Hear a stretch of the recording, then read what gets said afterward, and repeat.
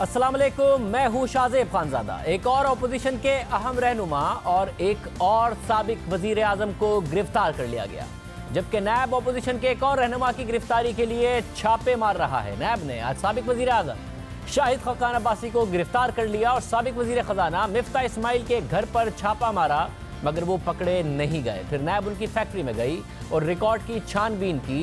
जिस रफ्तार से गिरफ्तारियां हो रही हैं, ऐसा लग रहा है कि जल्द ही पूरी अपोजिशन की मेन स्ट्रीम क़यादत जेल में होगी। नैब ने LNG केस में साबिक वजीर आजम शाहिद खाकान अब्बासी को तलब किया था, वो पेश नहीं हुए, मगर उन्हें इस्लामाबाद से लाहौर जाते हुए टोल प्लाजा पर रोका गया और फिर उन्हें वारंट गिरफ्तारी की कॉपी दिखाकर गिरफ्तार कर लिया गया। साबिक वजीर आजम शाहिद खाकान अब्बासी ने नैब की टीम से वारंट गिरफ्तारी तलब किए और उसके बाद उनकी गिरफ्तारी हुई। नहीं कर भाई, मैं इस वक्त एक फ्री आदमी हूँ, वारंट ले आए, रेस्ट कर। ठीक है, यहाँ ले आए। नहीं, किस बात पे यार? इस बात पे ऐसे तो नहीं कह रहा भाई कि अरेस्ट कर रहे हैं। किस बात पे नोटिस कर रहे हैं? वो भी नोटिस बताए ना भाई, नोटिस दें, कोई अरेस्ट वारंट तो देखे ना। नैब हुक्काम शाहिद खाकान अब्बासी को गिरफ्तार करके नैब लाहौर के दफ्तर ले गए। नैब ने अपने एलामिये में साबिक वजीर आजम शाहिद खाकान अब्बासी की LNG केस में गिरफ्तारी की तस्दीक की है। नैब हुक्काम ने शाहिद खाकान अब्बासी को कुछ देर लाहौर के दफ्तर में रखा, फिर उसके बाद उन्हें टीम इस्लामाबाद लेकर रवाना हो गई, जहां उन्हें कल रिमांड के लिए अदालत में पेश किए जाने का इम्कान है। शाहिद खाकान अब्बासी की गिरफ्तारी के हवाले से दिलचस्प बात यह है कि नैब ने उन्हें 15 जुलाई को नोटिस जारी किया, 18 जुलाई को पेश होने का कहा, मगर उनका वारंट गिरफ्तारी 16 जुलाई को ही साइन कर दिया गया था। यानी अगर शाहिद खाकान अब्बासी आज पेश होते तो उन्हें पेशी के बाद गिरफ्तार कर लिया जाता, मगर वो पेश नहीं हुए तो फिर उन्हें इस्लामाबाद से लाहौर जाते हुए, जो कि वो शहबाज शरीफ साहब के साथ 4 बजे प्रेस कॉन्फ्रेंस करने के लिए जा रहे थे, गिरफ्तार कर लिया गया। नोटिस नहीं मिला, मगर फिर भी गिरफ्तार कर लिया गया। बकौल नून लीग और शाहिद खाकान अब्बासी पहले ही ये कह चुके थे कि अगर नैब ने उन्हें गिरफ्तार करना है तो कर ले, वो तैयार हैं, वो जमानत भी नहीं कराएंगे। देखिए, मैंने आज तक ना बेल कराई है। जिसे गिरफ्तार करना है गिरफ्तार कर ले। मैं पहले भी गिरफ्तार रहा हूँ, फिर गिरफ्तार हो बेल करवाना आपका हक है, आप क्यों नहीं अपना मैं क्यों हक? मैंने जब कुछ किया नहीं है, मैं क्यों बेल कराऊं? जिसने गिरफ्तार करना है गिरफ्तार कर ले। कोई मुझे ना खौफ है चीजों का। जब परवेज मुशर्रफ के दौर में आप गिरफ्तार हुए थे और कराची की जेल में रहे थे तो कराई थी ना बेल? आप नहीं कराई थी? कभी बेल नहीं कराई। तो आप रहा किस तरह हुए थे? उन्होंने कहा आपका केस खत्म हो गया, उन्होंने कहा आप जाएं घर। ये बात शाहिद खाकान अब्बासी ने बार बार की और आज उन्हें गिरफ्तार कर लिया गया। इस हवाले से हम बात करेंगे नून लीग के रहनुमा एहसन इकबाल से, जो गिरफ्तारी के वक्त शाहिद खाकान अब्बासी के साथ ही गाड़ी में मौजूद थे। एहसन इकबाल साहब, बहुत शुक्रिया। एहसन इकबाल साहब, भाई साहब को पता था कि आज उन्हें पेश होना है और गिरफ्तार कर लिया जाना है, उसके बावजूद नहीं हुए? लंबा सफर है इस्लामाबाद से लाहौर का, क्या बातें हुई थी इस केस के हवाले से और क्या कह रहे थे? देखिए, रास्ते में हम वैसे ही डिस्कस करते आ रहे थे, चूंकि मेरे लिए भी तलबी हो चुकी है, वो भी पेशियां भुगत रहे हैं, तो मैंने भी उनसे ये पूछा था कि क्या आपको कोई बाकायदा कंप्लेंट दी गई है कि आपके खिलाफ ये चार्जेस हैं? तो उन्होंने कहा नहीं दिए गए। तो मैंने कहा कि मुझे जो सवालात दिए गए हैं, मैंने नैब को खत लिखा है और मैंने कहा है कि मुझे आप स्पेसिफिक चार्ज बताएं कि मेरे खिलाफ आपको क्या शिकायत है, ताकि हम उसका जवाब दे सकें। अब आप सवालात पूछते हैं, उनका हम जवाब देंगे, जब तक हमें ये ना पता हो शिकायत क्या है तो हम कैसे आपको सही जवाब दे सकते हैं? तो इस तरह की हम बात करते आए, लेकिन जब ठोकर पे पहुंचे तो आगे एक बहुत बड़ा पुलिस का और रेंजर्स का दस्ता मौजूद था, जिसने गाड़ी को रोका और इसरार किया कि वो उन्हें लेके जाना चाहते हैं। हमने उनसे कहा कि आप वारंट लेटर दिखाएं कि वारंट गिरफ्तारी किधर है उनका, तो वो उनके पास नहीं था। फिर एक कच्चा सा कागज जो फोटो कॉपी थी, उसके ऊपर ही उन्होंने कच्चे हाथ से लिख के कि जी हम आपको गिरफ्तार कर रहे हैं, वो पकड़ा दिया। तो मैं समझता हूँ कि ये बड़ी एक पाकिस्तान के अंदर नाजुक मरहला है। हम फैशिज्म की तरफ जा रहे हैं, जहाँ एक पॉलिटिकल एजेंडे के तहत ऑपोजिशन की आवाजें दबाई जा रही हैं और खास तौर पे उन लोगों को निशाना बनाया जा सके जिनकी कारकर्दगी को जमाना मानता है। देखिए, शाहिद खाकान ने क्या करप्शन किया है? उसने ये करप्शन किया है कि वो LNG टर्मिनल जो 10 साल से कोई नहीं लगा सका था, उसने 1 साल में लगा के दिखा दिया। उसने ये करप्शन की है कि पाकिस्तान की गैस शेडिंग के मसले को खत्म कर दिया 3 सालों के अंदर। उसने ये करप्शन की है कि 5000 मेगावाट बिजली पैदा करने के कारखाने जो सस्ती बिजली दे रहे हैं, उनके लिए गैस पाइपलाइन डाल के पाकिस्तान को एनर्जी में मुतकफिल होने की मदद की। तो जिसने पाकिस्तान की तरक्की में 5 सालों में हिस्सा डाला, उन सबको आप मुजरिम बना के पेश कर रहे हैं। ऐसे इकबाल साहब, मगर जाहिर है उनके साथ अब मिफ्ता इस्माइल साहब की भी तलाश जारी है, उनसे कोई राब्ता हुआ है? क्योंकि आज वो घर पर तो मिले नहीं, मगर उनको भी गिरफ्तार करने के लिए आज नैब ने बाकायदा तौर पर छापा मारा है। तो अब देखिए ना, मिफ्ता इस्माइल साहब एक इतने अच्छे कारोबारी घराने से ताल्लुक रखते हैं कि चाहे शाहिद खाकान हो, मिफ्ता हो, उनका दुश्मन भी एक पैसे की माली बदउनवानी का इल्जाम उन पे नहीं लगा सकता। लेकिन ये वो सब लोग हैं कि जिन्होंने, मिफ्ता इस्माइल साहब ने भी स्विस सर्दन गैस के बोर्ड के चेयरमैन थे, वो एग्जीक्यूटिव रोल में भी नहीं थे। तो इस हवाले से कि जी ये आपने मंसूबे क्यों लगाए, कैसे लगाए, भाई ये पाकिस्तान की जरूरत को पूरा करने के लिए लगाए। जब आप इस प्रोफाइल के लोगों को हैरेस करेंगे और कवायद और जवाबित के बेबुनियाद केस बनाएंगे, इसका नतीजा ये होगा शाहजेब कि एक ग्रेड 17 का, 18 का अफसर, 19 का अफसर जिसने पहले ही फैसला लेना बंद किया हुआ है, वो पाकिस्तान के अंदर अब कोई इंतजामी फैसले पे भी दस्तखत नहीं करेगा। सर मगर मुझे बताइएगा कि नून लीग के लिए सर से खड़ा करूंगा मैं। ज़ाहिर आप लोग तो एहतजाज की बात कर रहे थे। मरियम नवाज साहिबा कह रही हैं कि वो एक रैली लेकर निकलेंगी, कल उनकी भी पेशी है। तो अगर ये गिरफ्तारी शाहिद खाकान अब्बासी साहब की हो जाती है, जो कि साबिक वजीर आजम है, मिफ्ता इस्माइल साहब के लिए छापे मारे जा रहे हैं, तो ये पैगाम तो आपकी जो सेकंड ईयर की लीडरशिप है और कारकुन उसके लिए साफ साफ है ना कि आप लोग फिर कम से कम यहाँ से एहतजाज तो नहीं कर सकते। तो आप लोग अब एहतजाज तो नहीं करेंगे क्योंकि एक एक करके आप सब अंदर जाएंगे, आपकी भी बारी आ सकती है। देखिए, हमें इससे कोई परवाह नहीं है और हम कह चुके हैं कि ये हमें अगर पकड़ना चाहते हैं पकड़े, लेकिन ये हमें हमारे मौक़िफ़ से नहीं हटा सकते। नहीं, ऐसे बात साहब, ये तो वो बात होगी ना। तो शाहिद खाकान अब्बासी साहब भी कहते थे पकड़ना है तो पकड़े। मैं ये कह रहा हूँ जगह आप पकड़े जाएंगे और मरियम नवाज भी अगर पकड़ी जाएंगी तो आप एहतजाज कर नहीं सकेंगे। ये आप ये कह लेंगे पकड़ना है तो पकड़े, मगर फिर आप कोई कैंपेन बना नहीं सकेंगे। होगा और वो बहुत खतरनाक होगा, क्योंकि फिर कारकुन क़यादत के बगैर सड़कों पे निकलेंगे और जिस दिन ये कारकुन क़यादत के बगैर सड़कों पर निकल आए तो इस मुल्क के अंदर जो हशर होगा उससे भी इनको अंदाजा नहीं है कि हम मुल्क को किस तरफ लेकर जा रहे हैं। ऐसे मतलब ऐसी हिस्ट्री है नहीं नून लीग की, ऐसी है नहीं हिस्ट्री के कारकुन निकल रहे हों, क़यादत के साथ बड़ी मुश्किल से निकलते हैं, उसके बगैर कैसे निकले। शाहजेब, जो अभी इन्फ्लेशन 9% के ऊपर है, इसमें 18% के पे जाना है। मुस्लिम लीग नून का कारकुन ही नहीं, हर शहरी, हर मजदूर, हर कारोबारी, हर ताजिर, हर शख्स निकलेगा, क्योंकि यहाँ तो लोगों के लिए रोटी खाना नामुमकिन हो जाएगा। अभी आप अगले 4 महीने में जब इस बजट के असरात पूरे आएंगे, देखिएगा कि हर शख्स मजबूर होगा कि अपने हक के लिए सड़क के ऊपर निकले। किसी जमात के कॉल की जरूरत नहीं होगी। ये तो मुल्क को एक खाना जंगी की तरफ धकेल रहे हैं, मुझे माफ कीजिए ये कहने के लिए। बहुत शुक्रिया। सर इकबाल साहब हमारे साथ मौजूद थे, यही कह रहे हैं कि अपोजिशन तो एहतजाज करेगी। आज मौजूद थे शाहिद खाकान अब्बासी साहब भी गाड़ी में, जब ये गिरफ्तारी हुई है उनसे उस वक्त बातें क्या हो रही थी वो भी उन्होंने बताई। अब बात करेंगे LNG केस की, इल्ज़ाम है क्या और उसकी हकीकत है क्या। ये मामला शुरू हुआ वज़ीर रेलवे शेख रशीद की तरफ से। वो LNG केस में बड़ी करप्शन के दावे करते रहे, मुसलसल करते रहे। जो कुछ भी हुआ है एक प्लानिंग के तहत हुआ है, जिसमें इस मुल्क का मौजूदा prime minister Khaqan Abbasi partner हैं। बहुत हो गई है खाकान अब्बासी साहब, मैं ऑन ओथ ये कहने के लिए तैयार हूं, जहां आप कहें कौम के सामने 200 बिलियन की करप्शन का मामला है जिसमें खाकान अब्बासी पार्टनर है, 20 चोटी के टाइफून शामिल हैं। फिर जब शाहिद खाकान अब्बासी वज़ीर आज़म बने तो शेख रशीद ने LNG डील में मुबैना गड़बड़ पर शाहिद खाकान अब्बासी की नाअहली की दरख्वास्त की और सुप्रीम कोर्ट से कहा कि शाहिद खाकान अब्बासी ने LNG डील में बड़ी गड़बड़ की है, वो बददियानती के मुर्तकिब करार पाए हैं, उन्हें नाअहल करार दिया जाए। मगर 12 फरवरी 2018 को सुप्रीम कोर्ट ने शेख रशीद की दरख्वास्त मुस्तरद कर दी। अलबत्ता चीफ जस्टिस ने अपने हुक्म में लिखा कि दरख्वास्त गुजार LNG में बेज़ाब्तगियों के मामले में नैब से रुजू कर सकता है। सुप्रीम कोर्ट के हुक्म के बाद शेख रशीद ने नैब को दरख्वास्त दी और फिर गुज़िश्ता साल जुलाई में नैब ने बाकायदा इंक्वायरी की मंजूरी दे दी। 14 जून को नैब ने इंक्वायरी को इन्वेस्टिगेशन में तब्दील कर दिया। इस दौरान नैब ने शाहिद खाकान अब्बासी को कई बार तलब भी किया, उन्हें सवालनामा भी दिया जिसका शाहिद खाकान अब्बासी ने जवाब भी दिया और फिर मई 2019 में उन्होंने ये सवालनामा पब्लिक कर दिया, अवाम के सामने रख दिया। शाहिद खकान अब्बासी ने नैब के तमाम सवालात के जवाब दिए और वो पब्लिक कर दिए। साबिक वज़ीर आज़म की जानिब से शेयर की गई दस्तावेज़ात के मुताबिक जो कुछ सवाल जवाब हैं वो हम आपके सामने रखते हैं। उसके मुताबिक नैब ने साबिक वज़ीर आज़म शाहिद खकान अब्बासी से पूछा कि LNG की बरामद के लिए कतर का इंतखाबात करने की वजूहात बताएं और ये भी बताएं कि उसका फैसला किसने किया। इससे अब तक ऐसे क्या फ़वाइद हासिल किए गए हैं जो दूसरी सूरत में हासिल नहीं किए जा सकते थे।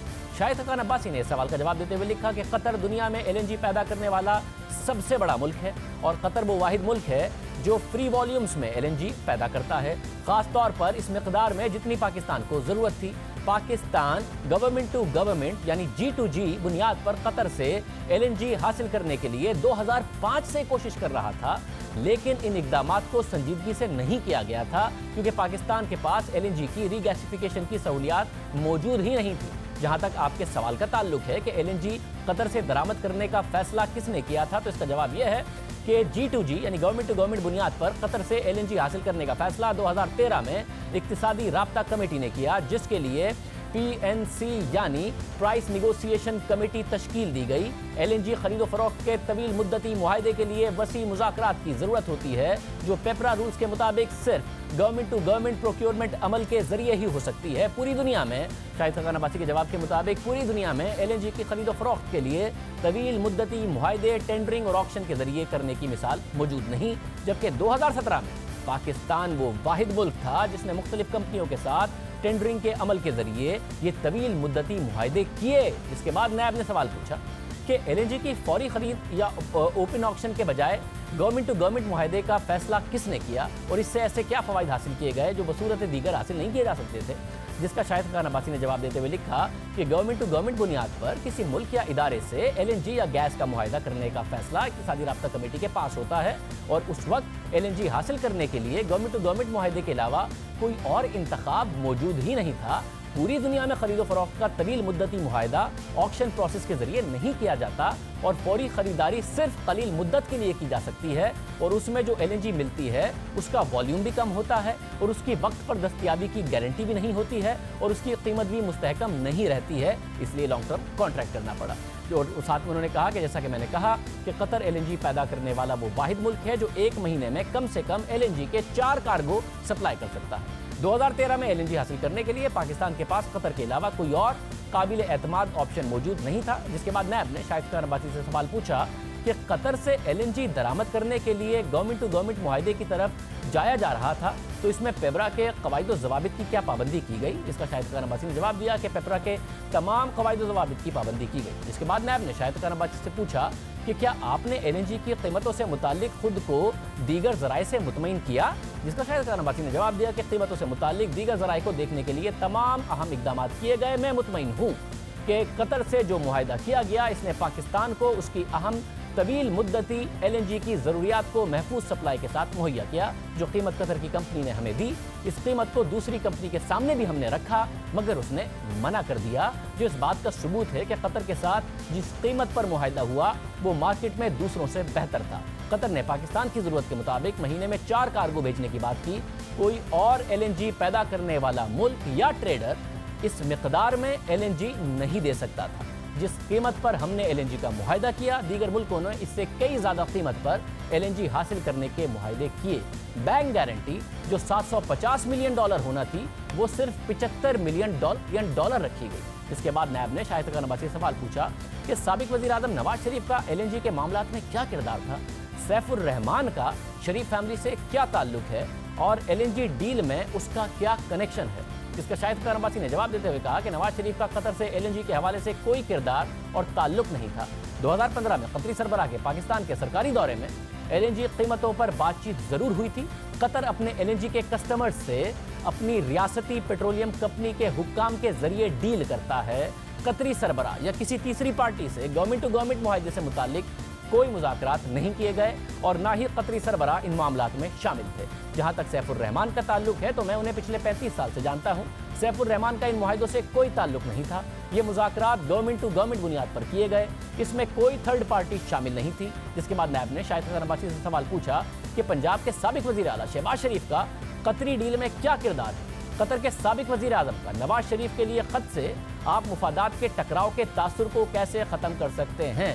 अब ये वो कतरी ख़त है जो पनामा पेपर्स के बाद कतरी साबिक सरबराह की तरफ से लिखा गया। उस हवाले से वो पूछ रहे हैं कि मुफादात के टकराव के तासुर को आप कैसे ख़त्म करेंगे। तो शाहिद खान अब्बासी ने इसका जवाब देते हुए लिखा कि कतर से LNG के गवर्नमेंट टू गवर्नमेंट मुआहदे में शहबाज शरीफ का कोई ज़ाती किरदार या ताल्लुक नहीं था। ये वफाकी हुकूमत का मुआहदा था। हुकूमत पंजाब का इससे कोई लेना देना नहीं।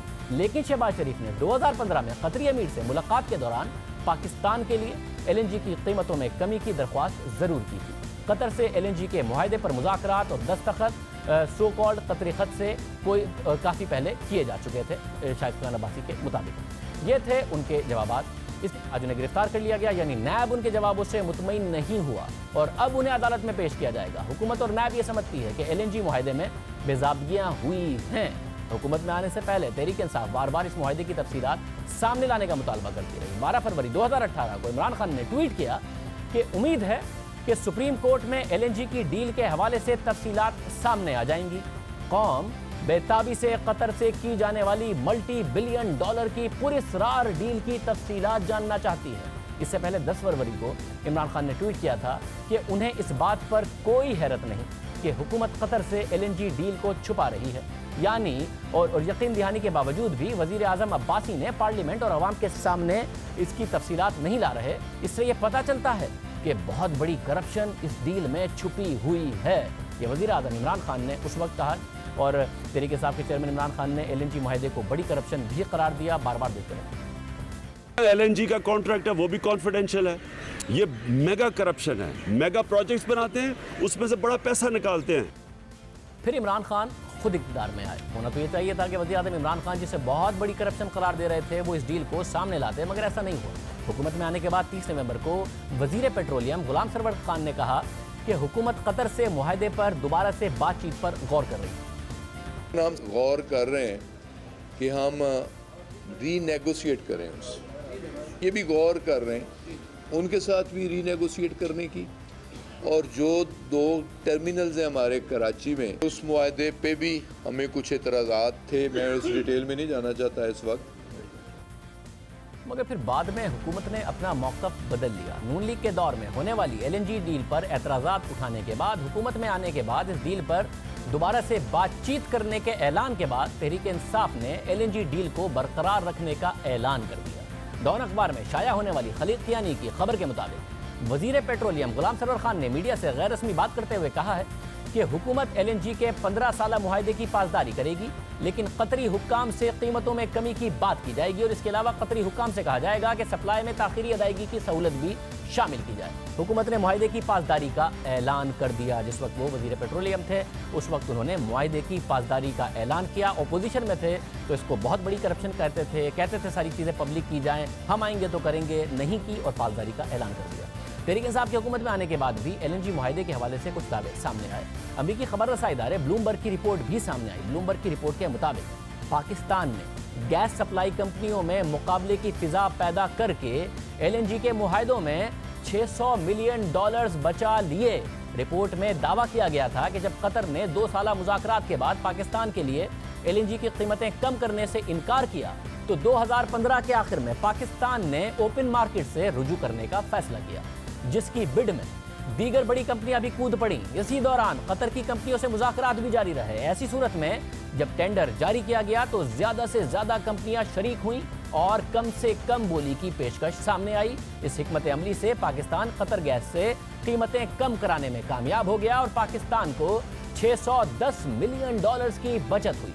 टेंडर के बाद पाकिस्तान ने कतर के सामने रशियन ग्रुप की सबसे कम बिड को रख दिया, जिसके बाद कतर इसी कीमत पर पाकिस्तान को LNG सप्लाई करने पर रजामंद हो गया। इसके बावजूद पाकिस्तान ने रूसी कंपनी को पहला टेंडर जारी करके कुछ गैस उससे खरीदी, लेकिन दूसरे टेंडर में कतर ने रूसी कंपनी से ज़्यादा अच्छी पेशकश कर दी और फिर टेंडर हासिल कर लिया। ब्लूमबर्ग ये बात कह रहा है तहरीक इंसाफ की हुकूमत बैनुल-अक़वामी मीडिया को बहुत अहमियत देती है। अगर बरतानवी टैबलॉइड के अंदर भी कोई खबर छप जाए तो उस पर रोज़ाना प्रेस कॉन्फ्रेंस होती है। नून लीग के खिलाफ डेली मेल की खबर को अहम करार दिया जा रहा है, मगर ब्लूमबर्ग जो बिजनेस न्यूज़ के हवाले से दुनिया का मोतबर तरीन और बड़ा खबर रसा इदारा है, उसने अपनी रिपोर्ट में LNG के हवाले से नून लीग की डील को दुरुस्त करार दिया। ये कहा कि उसने करोड़ों डॉलर्स बचा लिए बहुत तरीके से कतर के साथ डील करके, मगर कार्रवाइयाँ हो रही हैं। पहले तनकीद करने वाली हुकूमत ने बाद में ना सिर्फ कतर से मुआहदे की पासदारी का ऐलान किया बल्कि खुद भी एलएनजी खरीदारी का फैसला कर लिया है और कतर से ही फैसला किया है। 5 जून को एक्सप्रेस ट्रिब्यून में शाया होने वाली जफर भुट्टा की खबर के मुताबिक 12 फरवरी को वजीर आज़म इमरान खान ने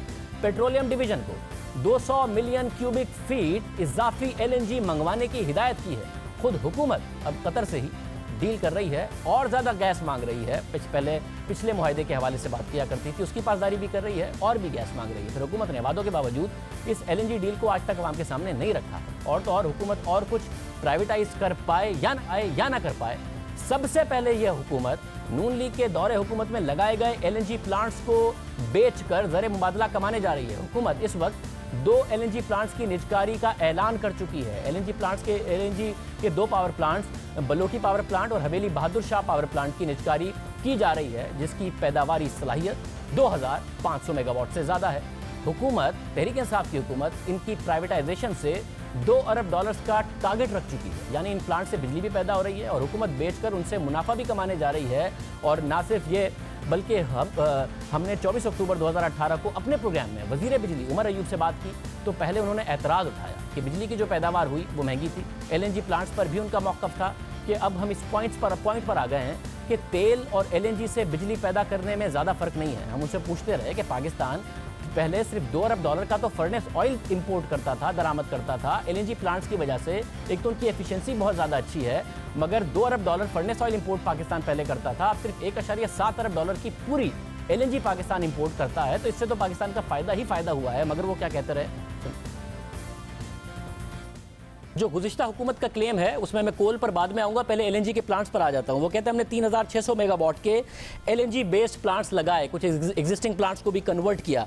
एलएनजी प्लांट्स चलते हैं 62% की कैपेसिटी पर। जो आपके ऑलरेडी प्लांट्स मौजूद थे जो फर्नेस ऑयल पर चला करते थे, पुराने हो गए थे, 25-35% की कैपेसिटी पर चल रहे थे। तो अगर उन प्लांट्स को बंद भी रखें जो फर्नेस ऑयल बेस्ड थे और एलएनजी प्लांट्स को चलाएं, तो भी दावा है उनका कि तकरीबन $2 अरब फर्नेस ऑयल की इंपोर्ट में बचते हैं। पाकिस्तान की टोटल एलएनजी की इंपोर्ट ही $1.7 बिलियन की है उनके क्लेम के मुताबिक।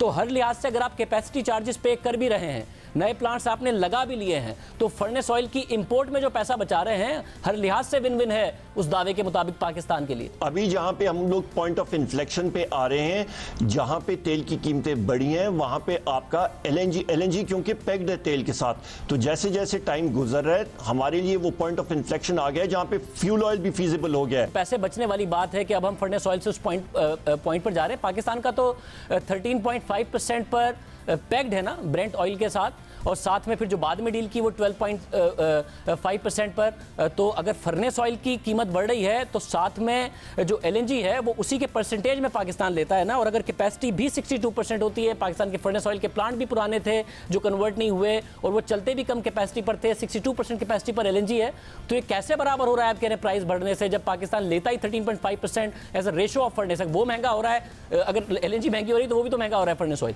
भाई कि एलएनजी का जो अभी जो इशू आ रहा है वो ये है कि उसकी भी प्राइस तेल से पैक्ड है, वो भी इंक्रीज पे है, वो भी तेल किस तरह ऊंचा जा रहा है और वो पॉइंट ऑफ इन्फ्लेक्शन आ रहा है जहां पे फर्नेस ऑयल भी फीजिबल हो रहा है। तो ये मैं आपको पॉइंट कर रहा हूं कि ये जरूरी नहीं है कि एलएनजी सस्ता होगा तेल से हर वक्त। वो point of inflection international markets में एलएनजी भी स्पॉट मार्केट पे चला गया। पहले कॉन्ट्रैक्ट्स होते थे पर अभी ज्यादातर जो है वो स्पॉट मार्केट में जा रही है। यूब कह रहे थे कि अब तेल और एलएनजी से बिजली की पैदावार में कोई फर्क ज़्यादा नहीं रह गया है, उस पॉइंट पर आ गए हैं।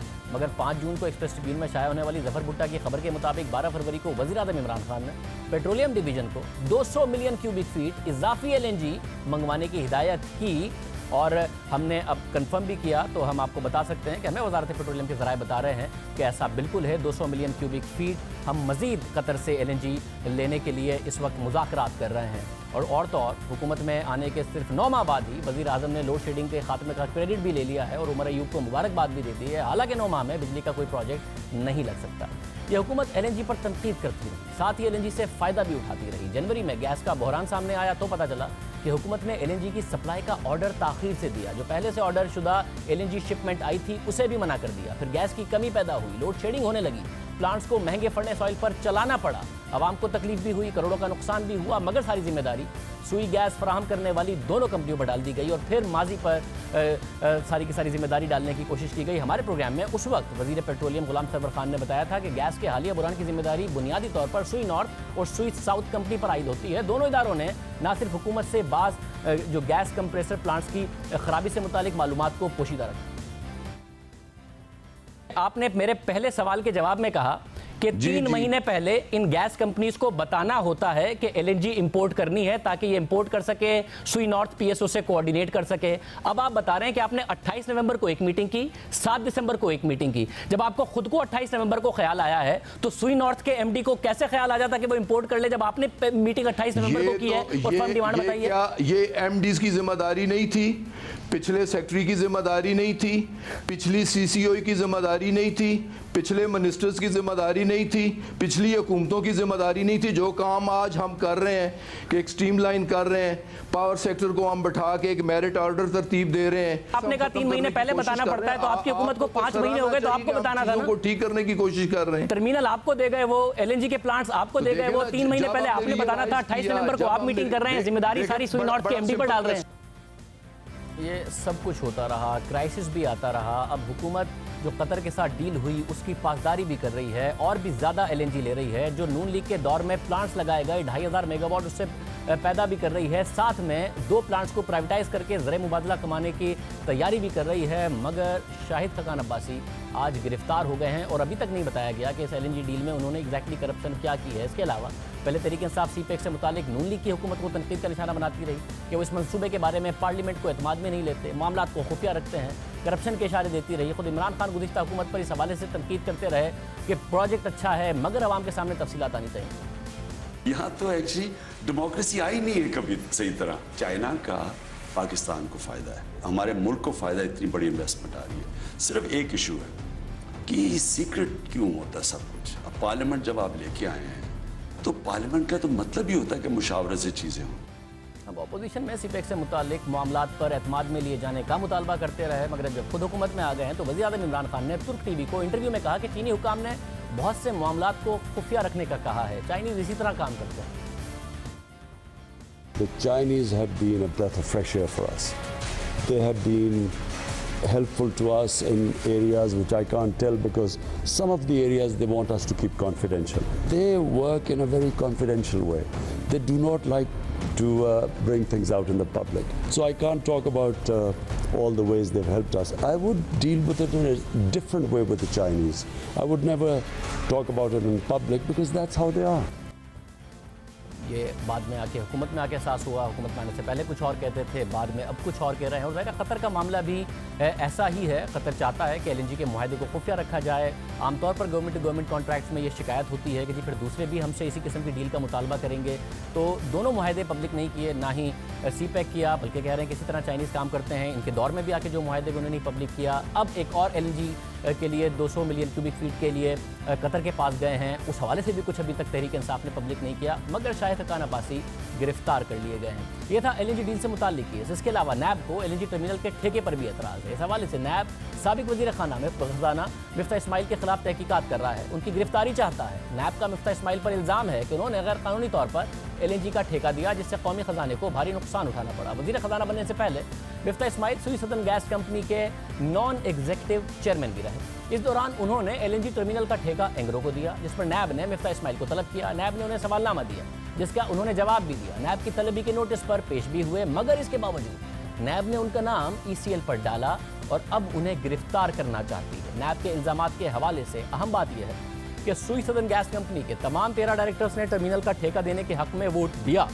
फैसले में एडिशनल सेक्रेटरीज भी शामिल थे, जो अब इस वक्त भी काम कर रहे हैं। बोर्ड में शामिल डायरेक्टर्स में वुकला, बैंकर्स, बिजनेसमैन भी शामिल थे। सबने टर्मिनल के ठेके की हिमायत में वोट दिया। नॉन एग्जीक्यूटिव चेयरमैन की हैसियत से मिफ्ता इस्माइल ने भी एक वोट दिया, मगर इन तमाम अफराद में से सिर्फ मिफ्ता इस्माइल के खिलाफ ही तहकीकात की गई, उनका नाम ईसीएल में डाला गया और अब उन्हें गिरफ्तार करने की कोशिशें की जा रही हैं।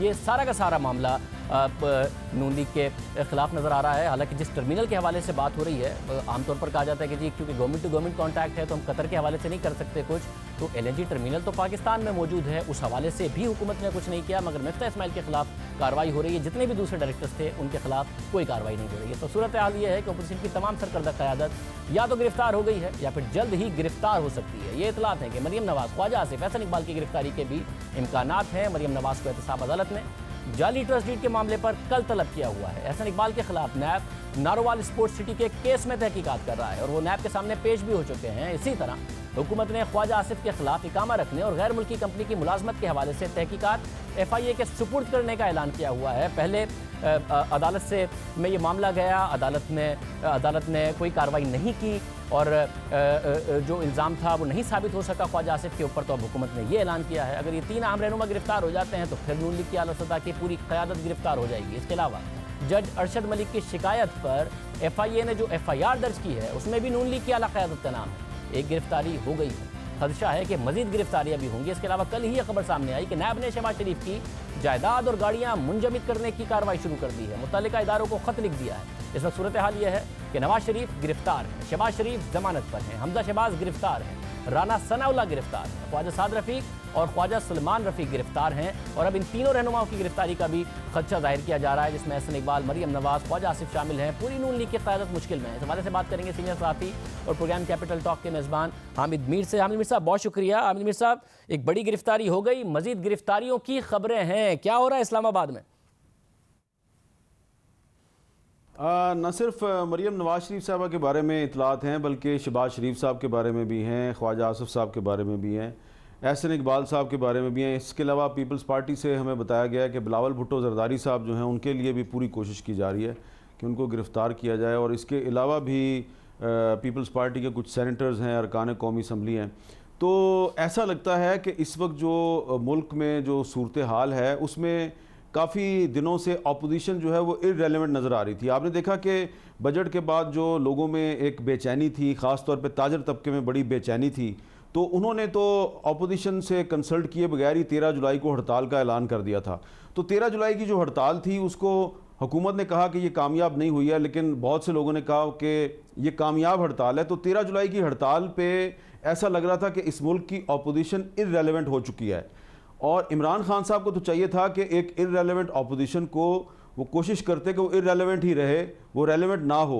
लेकिन अब वो जिस तरीके से उनको गिरफ्तार कर रहे हैं तो इससे अपोजिशन दिन ब दिन रेलेवेंट होती जा रही है और अपोजिशन का जो बयानिया है उस अपोजिशन के बयानिए को इमरान खान साहब जो हैं वो उसको तकवीत पहुंचा रहे हैं। तो मैं ये समझता हूँ कि आज जो शायद हकान अब्बासी साहब को जिस तरीके से गिरफ़्तार किया गया है उसमें शायद हकान अब्बासी साहब की ज़्यादा कामयाबी है और नैब की या हुकूमत की मुझे वो नाकामी नज़र आती है, क्योंकि ऐसा लगता है कि उन्होंने उनको शायद हकान अब्बासी साहब ने ट्रैप किया है। क्योंकि आपको याद है कि 11 जून को जब फैसल वाडा साहब ने जियो पे ये कहा था कि जी शायद हकान अब्बासी साहब बहुत जल्द गिरफ़्तार हो जाएंगे, तो उसके बाद शायद हकान अब्बासी साहब से हमने पूछा कि जी वो कह रहे हैं आप गिरफ़्तार हो जाएंगे तो आप अपनी ज़मानत क्यों नहीं करवाते। उन्होंने कहा कि जाओ मैं नहीं करवाता ज़मानत, जिसने मुझे पकड़ना आगे पकड़ ले। और ऐसा लग रहा था मुझे कि वो शायद हकान अब्बासी साहब जून के महीने से इश्तियाल दिला रहे थे नैब को, और मुझे ज़ाती तौर पर भी पता है कि कई दफ़ा नैब के लोगों को उन्होंने कहा कि तुम मुझे गिरफ़्तार क्यों नहीं करते। तो ये अब लगता है कि अपोजिशन तो खुद चाहती है कि उसको गिरफ़्तार, उसके ज़्यादा से ज़्यादा लोगों को गिरफ़्तार किया जाए जिसका उनको ज़्यादा सियासी फ़ायदा है। और ये समझ नहीं आ रही इमरान खान साहब को कि दरअसल वो अपोजिशन को गिरफ़्तार नहीं कर रहे, वो अपने आप को गिरफ़्तार कर रहे हैं। आज ऐसा मौका नहीं है, लेकिन मैं आपके साथ ये शेयर करना चाहता हूँ कि जब शायद हकान अब्बासी साहब वज़ीर आज़म थे तो उस वक्त वो मीडिया से काफ़ी नाराज़ रहते थे और हमें कहा करते थे कि मैं तो पाकिस्तानी चैनल्स देखता ही नहीं, मैं तो सिर्फ CNN देखता हूँ। और फिर आपको याद है कि उन्होंने पाबंदियाँ भी लगाई थी, तो मैंने एक दिन उनको जाके प्रोटेस्ट किया था कि आप ये पाबंदियाँ क्यों लगा रहे हैं। तो मैंने उनसे कहा था कि एक दिन आप देखेंगे कि आपके साथ ज़्यादती होगी और यही मीडिया आपके साथ खड़ा होगा। तो आज मैं यही बात इमरान खान साहब को कहना चाह रहा हूँ कि जिस तरह आज आपने शायद हकान अब्बासी को गिरफ़्तार किया है, वक्त कभी सदा एक सा नहीं रहता। एक दिन आपके साथ भी यही हो सकता है, अल्लाह करे ना हो, लेकिन आपके साथ भी यही होगा। और आज जिस मीडिया से आप नाराज़ नाराज से लगते हैं, यही मीडिया हो सकता है कि दोबारा आपके साथ खड़ा हो। सब हुकूमत का नुकसान कैसे होगा इस सब में और अपोजिशन को फायदा कैसे होगा इस सब में? अगर नून लीग के नवाज शरीफ साहब पहले गिरफ्तार हैं, शाहिद खान अब्बासी गिरफ्तार होते हैं, तो सेकंड टियर लीडरशिप को सीधा सीधा मैसेज जा रहा है कि जी आप अगर ज़्यादा बोलेंगे तो आपके साथ क्या होगा। मरियम नवाज साहबा गिरफ्तार होती हैं, एहसन इकबाल साहब भी गिरफ्तार हो जाते हैं, तो फिर निकलेगा कौन और निकालेगा कौन पब्लिक को बाहर? मीडिया पे जाके कौन दिफा करेगा? डर ही जाएगा ना। तो हुकूमत का कैसे नुकसान है उसमें और नून लीग का कैसे फायदा इस सब में? देखिए, जो लोग ये समझते हैं ना कि अपोजिशन को जेल में डालने से हुकूमत का फ़ायदा हो रहा है और अपोजिशन का नुकसान हो रहा है, वो मुझे उनकी सियासी बसीरत जो है वो उसके बारे में मैं यही कहूँगा कि अभी उनको सियासत की समझ नहीं है, उनको सियासत समझने की ज़रूरत है। देखें, दुनिया में आप बड़े बड़े सियासतदान जो हैं उनको करप्शन के इल्ज़ाम में, दहशतगर्दी के इल्ज़ाम में जब जेल में डाला जाता है तो वो उसको अपने लिए एक एजाज़ समझते हैं, और फिर जब वो जेल से में काफ़ी सारा अरसा गुजार के वापस आते हैं तो वो अवाम में मजलूम बन जाते हैं, और जो लोग उनको जेल में डालते हैं वो विलन बन जाते हैं। तो मैं ये समझता हूँ कि अगर आपके पास शाहिद खान अब्बासी के ख़िलाफ़ कोई सबूत था तो उनको काफ़ी अरसा पहले गिरफ़्तार कर लेना चाहिए था। जिस हुकूमत के साथ शाहिद खान अब्बासी ने यह मुआहदा किया LNG गैस का, उस हुकूमत के सरबराह कुछ दिन पहले यहाँ पाकिस्तान आए, इस्लामाबाद आए, उनको आपने गार्ड ऑफ ऑनर दिया, उनको आपने खाना खिलाया पुरतकल्लफ किस्म का, उनके साथ बहुत से मुआहदों पे साइन किए, फिर आपने उनसे $3 अरब की इमदाद भी ले ली। अब आप शाहिद खान अब्बासी को गिरफ़्तार करके कहते हैं कि ये शाहिद खान अब्बासी ने इस कतर का जो अमीर है इसके साथ मिलकर करप्शन किया है। तो ये बात जो है ना, ये नाकाबिले फ़हम है। और मैं तो बार बार आपको ये कह रहा हूँ कि क्योंकि ये पिछले काफ़ी दिनों से प्राइवेटली भी शाहिद खान अब्बासी साहब कह रहे थे, पब्लिकली भी कह रहे थे, इलेक्ट्रॉनिक मीडिया पे भी कह रहे थे कि ये आए और मुझे गिरफ़्तार करें। तो जब एक पॉलिटिशियन खुद आपको ये कह रहा हो कि आओ मुझे गिरफ़्तार करो, इसका मतलब ये है उसने अपना होमवर्क पूरा किया हुआ है, उसको पता है कि आप उसको किसी अदालत में जायज़ तरीके से, कानूनी तरीके से आप उसको कन्विक्ट नहीं कर सकते। और अगर वो आपको कह रहा है कि आओ मुझे गिरफ़्तार करो, वो आपको ट्रैप कर रहा है, वो आपको ट्रैप कर रहा है, और आप उसके ट्रैप में आके उसको गिरफ़्तार करेंगे तो अल्टीमेटली उसको फ़ायदा होगा और आपको नुकसान होगा। ये पाकिस्तान की हर हुकूमत जो है, हर वज़ीर आज़म, हर सदर, हर मार्शल एडमिनिस्ट्रेटर यही समझता है कि जो मैं कर रहा हूँ वो ठीक है और जो अपोजिशन कर रही है वो गलत है। लेकिन हमेशा हर ताकतवर आदमी का अंजाम जो है वो पाकिस्तान में वही होता है जो परवेज़ मुशर्रफ का हुआ। बहुत शुक्रिया। हामिद मीर साहब हमारे साथ मौजूद थे। इरशाद भट्टी साहब ने भी हमें ज्वाइन किया है। भट्टी साहब बहुत शुक्रिया। भट्टी साहब, क्या मजीद गिरफ्तारियों की भी इतलात हैं? नून लीग की आला क़यादत, top tier, second tier leadership जेल में जाने वाली है, और आपको लगता है किसी भी तरीके से इसमें अपोजिशन का फ़ायदा है या हुकूमत ही का फ़ायदा है? क्या कहिएगा भाईजान? जिस तरह नोहे और मरसिए और जिस तरह जमहूरियत के आपने पढ़े हैं उससे के बाद तो मेरा दिल ही नहीं कर रहा कि कोई नाम लूँ या किसी का बताऊँ। मेरा तो दिल कर रहा है सारे जो कैद हैं वो भी आज़ाद हो जाएं और फिर से जमहूरियत को तक़वियत मिले, ड्रिप लगे और जमहूरियत का बोलबाला हो। ठीक है भट्टी साहब, आपको लगती होगी जमहूरियत बुरी, मगर अगर आप इन्फॉर्मेशन बता दें कि क्या इस वक्त इतलात हैं, क्या और भी नून लीग के लोग गिरफ्तार हो जाएंगे, और आपको लगता है कि हुकूमत का इस सब में फ़ायदा है जो इन्वायरमेंट है, या फिर नुकसान आपको लगता है कि अपोजिशन ही का होगा, निकाल नहीं पाएगी नून लीग? अगर उनकी टॉप टियर लीडरशिप जेल चली जाती है तो लोगों को निकाल नहीं पाएंगे वो सड़कों पर। आपको किसने कहा है मुझे जमहूरियत बुरी लगती है? मैं तो चाहता हूँ कि इस मुल्क में जमहूरियत रहे। मैं किसी और निज़ाम के हक़ में नहीं हूँ, लेकिन इस जमहूरियत के निज़ाम नहीं जो जिसके ये है कि जो हर रोज़ गिरफ़्तार हो जाती है वो जमहूरियत नहीं। जो हर रोज़ करप्शन का अपने चक्रों में, अपने करतूतों में, अपनी बातों में अब शाहिद खान अब्बासी अच्छे इंसान होंगे, हम्बल आदमी हैं मान लिया, दरवेश आदमी हैं मान लिया, बड़े अच्छे होंगे, मुझे छोड़ दें वो जो कतरी और वो जो सारा। सिंपल सी एक बात है कि LNG टर्मिनल एक लगा, उसका आपने 15 साल का मुआहदा किया। सवाल उसमें 3-4 हैं। एक सवाल ये कि 3 अरब का प्रोजेक्ट 13 अरब का कैसे हो गया? दूसरा सवाल ये है कि $2,72,000 पर डे 15 साल एंग्रो का आपने एग्रीमेंट किया है, और आपने टर्मिनल इस्तेमाल हो ना हो रोज़ाना आपको $2,72,000 देना पड़ेगा। उनके का जो लागत है वो 1 साल में पूरी हो जाएगी। ये 44% बनता है। किसी एक कंपनी को आपने प्रॉफिट दिया, हालांकि ये जो ऑयल एंड गैस में 16 से 18% प्रॉफिट होता है, आपने ये दे दिया। फिर उसके बाद आप देखिए कि पाकिस्तानी हुकूमत है और एक कंपनी है, उसमें आपने डॉलरों में किया कि अदायगी डॉलरों में होगी। आप कल उस वक्त जब डॉलर कितने का था, आज डॉलर कितने का है, हम एक डॉलर मांगते फिर रहे हैं। यानी हमें इस मुल्क से कोई मोहब्बत नहीं है। नून लीग और वो जो एल लीग और बी लीग और सी लीग और डी लीग, ये इन्हीं कामों के लिए आए हुए थे। इन्होंने जो नवाज शरीफ साहब ने, मुझे हैरान होती है मैं आपको यकीन कीजिए कि ये जो डील हुई है और जितने भी इन्वेस्टर आते हैं वो रिटर्न्स और वो सब चीज़ें डॉलर्स में निगोशिएट करते हैं। अगर मुझे पॉलिटिकल मामले पर बता देंगे तो बड़ा अच्छा हो जाएगा कि सियासी तौर पर सिचुएशन आपको कहाँ जाती नजर आ रही है। टेक्निकल मामले पर से ज़्यादा अगर आप पॉलिटिकल मामले पर मुझे बता देंगे कि इस वक्त सियासी तौर पर आपको क्या सिचुएशन जाती नजर आ रही है। ये टेक्निकल मामला आपको अच्छा नहीं लगा? यानी एक सिंपल सा, मैं भी टेक्निकल मामले पर मैं भी मैशत के क्योंकि जो टेक्निकल मामले पर आप सवाल उठा रहे हैं ना, वो नैब ने भी शायद खान अब्बासी से नहीं पूछे हैं और ये गवर्नमेंट भी नहीं पूछ रही है। नहीं, कतर के साथ तो डील करनी है, खत्म तो कर सकते हैं, तो नहीं कर सकते, मगर यहाँ पर एग्रो का टर्मिनल तो मौजूद है, उससे तो जाके सवाल कर सकते हैं। हुकूमत नहीं कर रही है और सिर्फ मिफ्ता इस्माइल से पूछ रही है, बाकी डायरेक्टर से भी नहीं पूछ रही है। तो मैं कह रहा हूँ टेक्निकल मामलात पर मैं ज्यादा सवाल कर लूंगा, आपके पास जवाब कम पड़ जाएंगे। अगर मुझे पॉलिटिकल मामले पर बता दे तो टाइम बच जाएगा, मैं आगे का सेगमेंट भी कर पाऊंगा। हाँ, बड़ी मेहरबानी। मैं तो एक सिंपल सी बात बता रहा हूँ कि आप दो हैं जिसका $5 लाख पर डे दे रहे हैं, बाकी आपकी मर्जी है। यानी सवाल तो करते जाएंगे, पानी विच मधानी तो लंबे होते जाएंगे। दूसरी बात, हर उस आदमी को पकड़े जाना चाहिए जिसने इस मुल्क के साथ चीटिंग की है, फ्रॉड किया है, धोखा किया है। आप अंदाज़ा कर लें। यानी मैं तो हैरान होता हूँ, हम जज अरशद मलिक को तो सज़ा मिलनी चाहिए मिसकंडक्ट पे, और वो तो जज है ही नहीं, उसको तो जितनी सज़ा दें।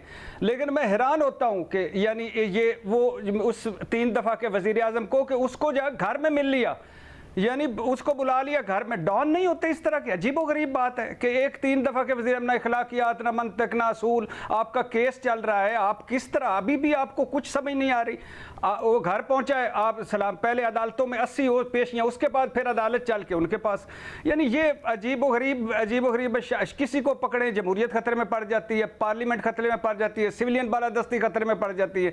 भाईजान, हमें ना ओरिजिनल डिक्टेटर मिले हैं, ना ओरिजिनल जमहूरियत पसंद मिले हैं। डिक्टेटर आते हैं वो जमहूरियत के चक्कर में पड़ जाते हैं, ये जमहूरियत पसंद आते हैं जिन्होंने चोगे पहने होते हैं, वो डिक्टेटर बन। और आज आखिरी बात, आज जब ये मरियम औरंगजेब साहब और एहसन इकबाल साहब एक वो कच्चा एक दिखा रहे थे कि ये देखो कच्चा फोटो कापी पे हमें गिरफ्तार कर लिया, ये देखो, मेरा दिल तो कर रहा था कि ये पीपल्स पार्टी नून जो रोज़ रोती है, इनको मैं कहूँ कि हुन आराम है, हुन ठंड पै गई जे। यानी नैब जब आपके पास मौका था, ना नैब के कवानीन तब्दील किए, ना नैब को बेहतर किया, ना कुछ किया, चेयरमैन आप लगाए, आप भुगतो। यानी ये होता है जब आप अपने काम नहीं करते। इन सारी बातों में बड़ा वजन है, इन वाली ये 3 बातों में। एक तो ये बात ठीक है आपकी कि जब ये थे तो इन्होंने क्यों नहीं नैब का कानून बदला, बिल्कुल वजन है। ये भी सवाल आपका दुरुस्त है कि नवाज शरीफ साहब कैसे अरशद मलिक साहब से मिले हैं, और आपने कहा कि बड़ी अजीब व गरीब आपको बात लगती है, हैरत होती है, बड़े अहम सवाल है। बट साहब, ये कितनी आपको अजीब लगती है और हैरत अंगेज़ लगती है कि अरशद मलिक साहब की वीडियो, उस पर क्रैकडाउन भी हो रहा है, लोग भी बुरी तरीके से गिरफ्तार हो रहे हैं। एक चेयरमैन नैब की भी मुबैना वीडियो आई थी, उसकी ना कोई तहकीकात हुई कि एक अंडर ट्रायल केस है, या तो चेयरमैन नैब के खिलाफ करें, उनके खिलाफ नहीं हो रहा तो किसने खुफिया वीडियो चेयरमैन नैब की बना ली उनके अपने ऑफिस में, उसके खिलाफ करें, कोई तहकीकात नहीं हो रही। चेयरमैन नैब भी खामोश है, हुकूमत भी खामोश है। ये कितना आपको अजीब व गरीब लगता है और कितना हैरानकुन लगती है बात? बहुत अजीब व गरीब लगता है। यानी आप देखिए कि एक बंदा जो है, एक बंदा चेयरमैन नैब का, आप कहें कि वो ज़ाती मामला है, लेकिन नहीं भाईजान, जब आप किसी अहम ओहदे पर होते हैं, आपकी कोई वीडियो बनती है और वो वीडियो आप आती है, तो फिर इखलाकी तौर पे आपको ओहदे से इलादा हो जाना चाहिए। लेकिन अगर आप इलादा नहीं होते तो इसकी तहकीक होनी चाहिए। ये आपकी, यही तो मैं कहता हूँ, ये सुप्रीम कोर्ट मौजूद है, आप ये हाई कोर्ट मौजूद है, हुकूमत मौजूद है, क्यों नहीं तहकीक होती? लेकिन आप आपकी खूबसूरती ये है कि आप, यानी उसको हमारी खूबसूरती ये कि वो क्यों नहीं पकड़े गए, वो क्यों नहीं हो गया, वो क्यों नहीं हुआ, वो क्यों नहीं हो गया। बुराई बुराई होती है, वीडियो वो जैसे रईसानी ने कहा डिग्री डिग्री होती है, वीडियो होती है।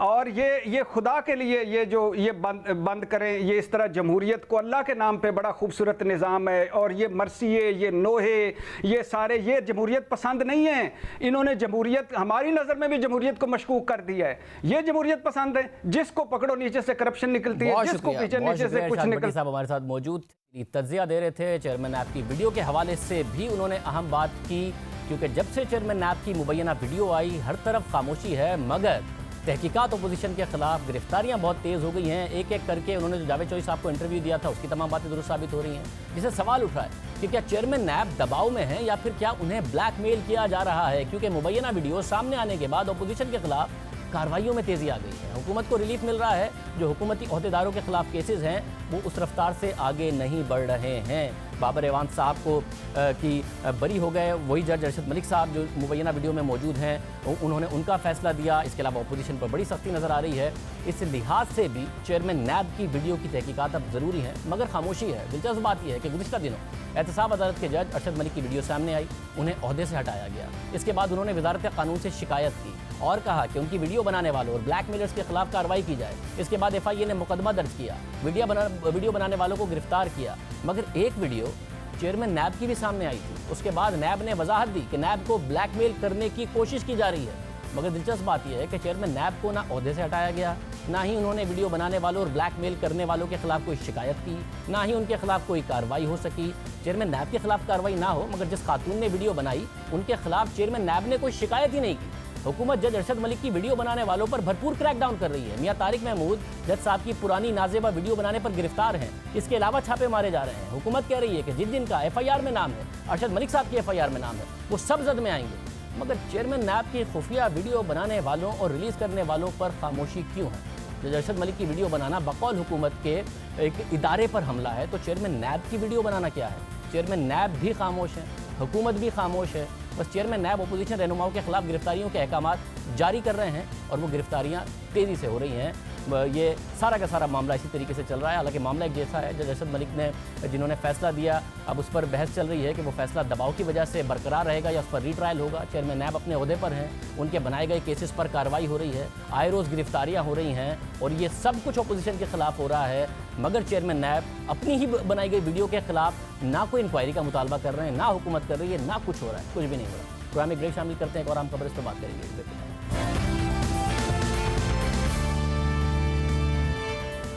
सुप्रीम जुडिशल काउंसिल में सुप्रीम कोर्ट के जस्टिस काजी फाइज ईसा और सिंध हाई कोर्ट के जस्टिस के आगा के खिलाफ हुकूमती रेफरेंसेस पर कार्रवाई चल रही है।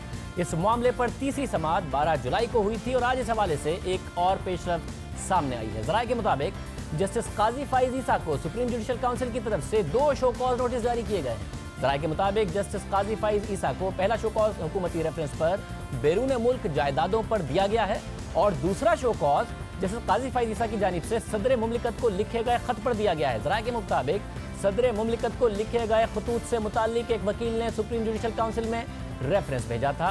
सिंध हाई कोर्ट के जस्टिस के आगा भी बैरून मुल्क जायदादों के हुकूमती रेफरेंस पर उनको शो कॉज दिया गया है। हमारे साथ इस वक्त क़य्यूम सिद्दीकी साहब मौजूद है। क़य्यूम सिद्दीकी साहब, बहुत शुक्रिया। इस हवाले से क्या तफसीलात हैं?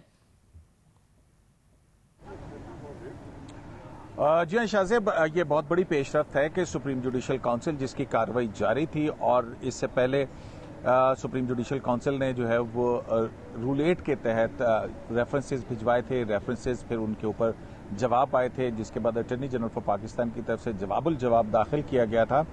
अब जो है वो बड़ी खबर आई है और वो बड़ी खबर ये है कि सुप्रीम जुडिशल काउंसिल ने ये फैसला किया है कि इन दोनों जजेस के खिलाफ जो है वो कार्रवाई आगे बढ़ाई जाएगी।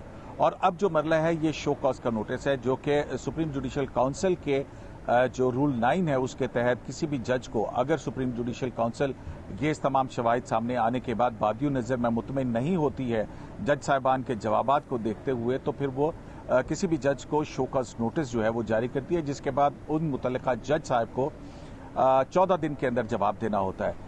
यहाँ पर जो इंटरेस्टिंग डेवलपमेंट है वो ये है कि हम पहले ये सिर्फ यही खबर मिलती रही थी कि जो सदर की तरफ से भिजवाए गए रेफरेंसेस हैं दोनों जज साहिबान के हवाले से, उनके ऊपर कार्रवाई चल रही है। लेकिन अब जो है जब जो नोटिस मिला है आज से तकरीबन 2 दिन पहले 12 जुलाई को तो जो है वो सुप्रीम जुडिशल काउंसिल की मीटिंग हुई थी और उसमें फैसला किया गया था कि supreme judicial council show cause notice जारी करेगी।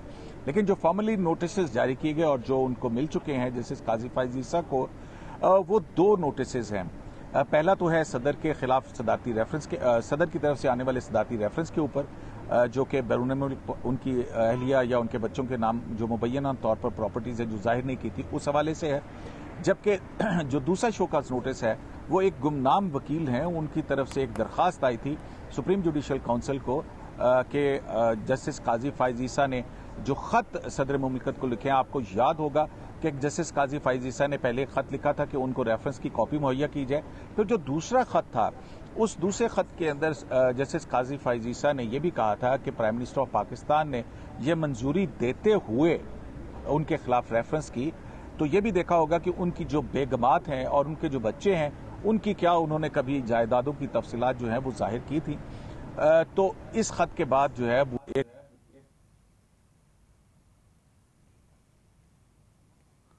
बहुत शुक्रिया कि इसी हिसाब से हमारा राब्ता हो गया है। अहम मामला है जिस काजी फैज ईसा को शो कॉज नोटिस जारी करने पर सुप्रीम कोर्ट बार के सदर अमानुल्लाह कुमरानी का रद्द-ए-अमल भी आया है। अपने बयान में उनका कहना है कि सुप्रीम जुडिशल काउंसिल के नोटिस के पेश नज़र वो दौरा अमेरिका मुख्तसर करके हफ्ते को पाकिस्तान पहुंच रहे हैं और आइंदा हफ्ते वकला रहनुमाओं से मशवरे के बाद आइंदा का लाए-अमल सामने लाएंगे। जस्टिस काजी फैज ईसा और जस्टिस के आगा पर बैरून मुल्क जायदाद बनाने का इल्ज़ाम है। हुकूमती रेफरेंसेस में दोनों जजेस के खिलाफ आइन के आर्टिकल 209 के तहत कार्रवाई की इस्तदा की गई है और इस हवाले से जो पेशरफ्त हुई है वो हमने अवाम के सामने रखी है। साथ ही वकला तंजीमें इस हवाले से पहले भी एहतजाज की कॉल दे चुकी हैं। अब देखते हैं कि क्या लाए-अमल इस हवाले से सामने आता है। इसके अलावा कल का दिन बहुत अहम है। मरियम नवाज को तलब किया गया है, एहतसाब अदालत में वो पेश होंगी। वो पहले भी कह चुकी हैं जब सुन सको तो ही मुझे तलब किया जाए। अब देखते हैं कि कल की समाअत में क्या होता है। जो उनकी ट्रस्ट डीड है उसके हवाले से सवालात पैदा हुए थे। नैब ने अचानक एक दफ़ा फिर उनसे दरख्वास्त की उनकी प्रेस कॉन्फ्रेंस के बाद एहतसाब अदालत से कि उनकी जो ट्रस्ट डीड थी वो जाली थी और अदालत को एक गलत इंफॉर्मेशन या जो एविडेंस है वो देने की वजह से उनको नोटिस किया जाए। उन्हें नोटिस कर भी दिया गया है। अब वो कल पेश होंगी तो देखते हैं कि एहतसाब अदालत में क्या होता है। कानूनी एतबार से कल का दिन भी बहुत अहम दिन होगा। आज के प्रोग्राम में इतना ही। आपसे कल के प्रोग्राम में मुलाकात होगी। अल्लाह। मुझे तो आप जानते ही होंगे, मेरा नाम है मिस्टर जिम। अरे अभी तक आपने मेरा चैनल सब्सक्राइब नहीं किया? अरे भाई फौरन सब्सक्राइब बटन पे क्लिक करके मेरा चैनल सब्सक्राइब करें और हाँ, बेल आइकन पर लाजमी क्लिक करें ताकि आपको मेरी आने वाली तमाम वीडियोस की अपडेट मिलती रहे।